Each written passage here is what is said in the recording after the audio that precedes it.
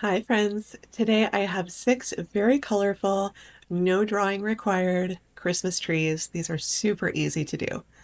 You just need some watercolor paper and some washi tape, as well as your watercolor paints and a couple of brushes. I'll put a list of the supplies in the video description. After you tape off the shape of a tree, come back in with your brush and some clean water and brush over that entire surface. And then you want to start adding some color. I'm going to start off with a really deep blue here, concentrating your darkest, deepest shades at the 3 points of the triangle will make these trees look really dramatic. Next, I'm layering in a little bit lighter, brighter blue along the left side, and then rinsing off the brush and going back in with a blue-green shade. I'm going to really concentrate it down along that bottom point and then coax it along into the middle. You don't need to do too much work as far as blending. Really let the water do the work here. That is the beauty of using watercolor and then having a wet on wet technique, wetting the paper down first, and then coming in with a wet brush loaded with your color. The water encourages these colors to meld together really beautifully as they dry. I'm just adding a little bit more darkness along the sides here. And you can also tilt your paper and let the colors run a little bit more. You'll see they especially do that in the darker colors where there's a lot more pigment, and they'll run along the edges and you'll get some really beautiful effects. Be sure to let that dry completely before you remove your tape. That way you'll get really nice crisp edges. When you put your tape down, also make sure that you're really pressing along the edges to make sure that it's sealed really well onto the paper. And then once you remove it, we're going to just add a very teensy tiny little trunk. And we're going to use whatever color is at the bottom middle, which on this tree is that blue-green shade. If you're not feeling confident about doing this freehand, just tape off a little rectangle at the bottom of your tree and then paint in the trunk and then peel that tape up when it's dry. We are on to our next tree. You can adjust the width of your trees for a different look. I made this one a little skinnier than the first one that we did. This will give you an elongated, elegant look, and a wider tree will give you a bit more of a classic tree shape.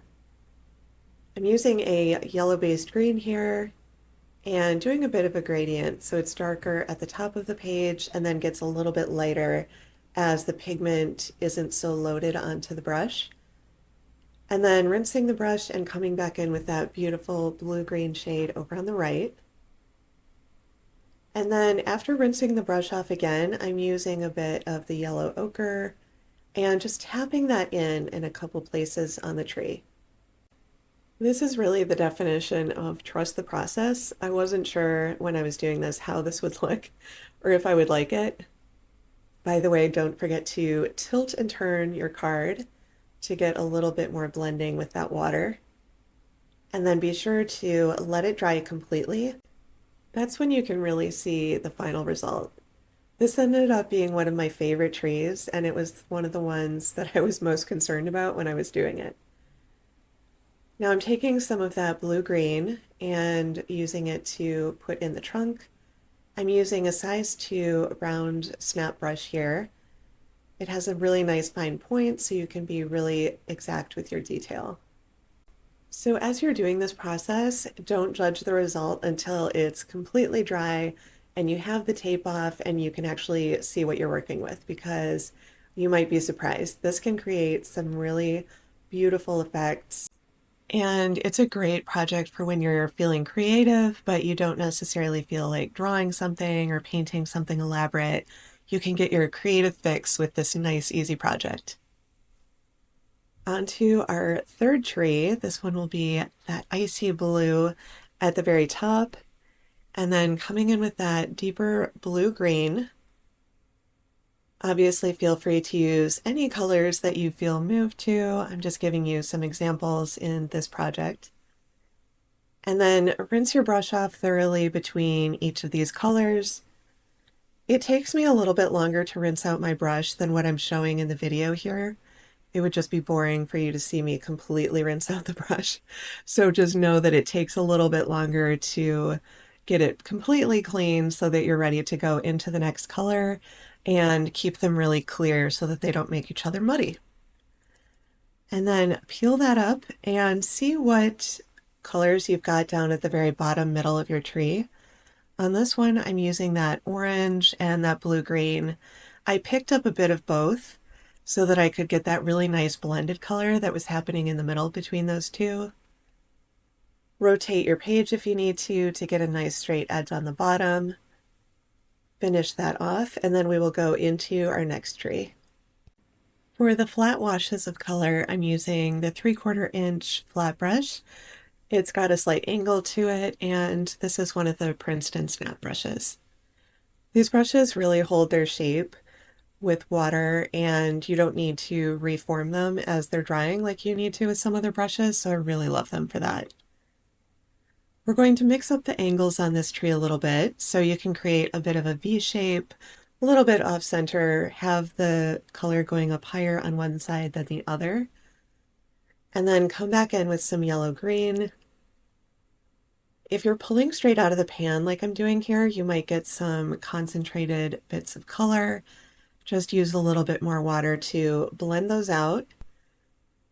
And you don't even have to worry about making sure that your color is completely even, because this will create some really nice effects when it dries. This is also a great project to do if you're short on time, because you can leave it, come back to it throughout the day, and let the layers dry while you're away. You can either let them air dry, or you can use a dryer or a hair dryer on them to speed up the process a little bit. Be sure to place that trunk at the bottom of your tree. You can keep it nice and tiny, and that creates this really beautiful modern contemporary look for these trees. You can tell that your painting is completely dry if you touch the back of your hand to it lightly. It should feel like room temperature. If the paint feels cool on the back of your hand, that means it's not quite dry. You want to make sure that it's completely dry before you come back in and place the trunk. If you were to place the trunk when the tree is still a little bit damp, you'll most likely get what's called a cauliflower, which is you'll get this bloom effect where water from the trunk is going to spread into the section of the tree that's still damp. So to prevent that, just make sure that the tree is completely dry. And that way, when you paint the trunk, the two sections, even though they're touching, the colors will stay separate and stay in their places. This is also a great project for playing around with color mixing. Here I've got an equal mix of blue and red, and it creates this really beautiful rich purple. And I'm just spreading that around, concentrating more of the darker shade toward the corner. And then coming back in with that blue-green. I love this color. If you end up making these, I would love to hear how you plan to use them. These could make really cute cards. You could either write or stamp a greeting on the very front. You can write on the back of them and include them in a gift box, or you can use them as holiday decor. You could even frame these and put them on a tabletop or hang them in a little nook. When you try this project, I would love to hear from you which color combo you liked the best, whether you used one from the video or if you created your own. I love hearing about new color combinations. If you decide you want to do a bunch of these trees, I would suggest trying one all the way through from start to finish, just so that you make sure that you know how your tape needs to be sealed to the paper. When I first did these, I missed really sealing down the points of the tree, and I got a couple of bleeds there. So you might want to do a test piece, just make sure you know how your supplies are going to act for you, and then you can proceed with a really beautiful array of a bunch of trees. If you are fully into the holiday spirit, like I am over here, I've got a bunch of other card making ideas on my channel for you to check out. I've got a playlist going that you can easily run through, especially if you are a big fan of watercolor. All right, for this tree, we are going to keep it nice and cool toned, starting off with some purple here. and then going into some blue. And you can try more vertical orientation of your paint on this one. So more up and down strokes. I've got the more concentrated color toward the center here, and we'll see how that fans out a little bit as it dries. The amount of water that you use will really help determine how much the colors blend or don't blend. The more water that you use, the more the colors will blend, particularly when you're using 100% cotton paper, like I am in this video. Those fibers will really soak up and absorb that color. Watercolor really lightens up a lot as it dries. You can see that happening on the left side of the paper here. So I'm mixing up a bit more of that purple, doing roughly a 50-50 mix of the blue and the red, and then coming back in along that left side with a wet brush and really darkening that purple again. Now it's completely dried. I'm peeling that tape off. Then we'll add a tree trunk in that deep blue. Again, you can tape that off if you want a bit of a guideline for painting that in, and then let it dry completely and you're all set. I hope you enjoyed these fun and colorful trees.